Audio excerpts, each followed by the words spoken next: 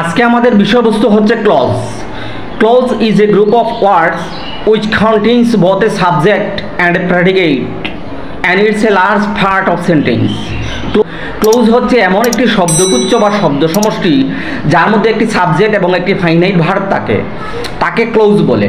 Close প্রধানত তিন প্রকার: প্রিন্সিপাল অর ইন্ডিপেন্ডেন্ট ক্লোজ, 2 নম্বর হচ্ছে সাবঅর্ডিনেট অর ডিপেন্ডেন্ট ক্লোজ, 3 নম্বর হচ্ছে কোঅর্ডিনেট ক্লোজ।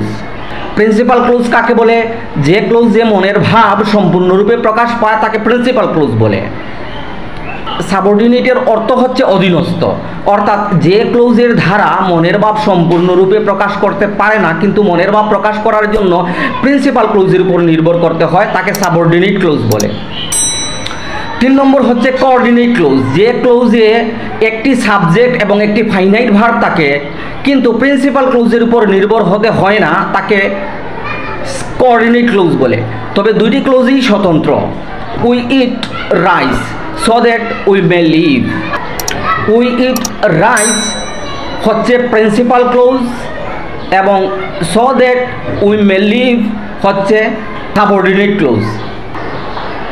2 নম্বর হচ্ছে if you study you will pass, if you study এটি হচ্ছে subordinate clause, you will pass principal close.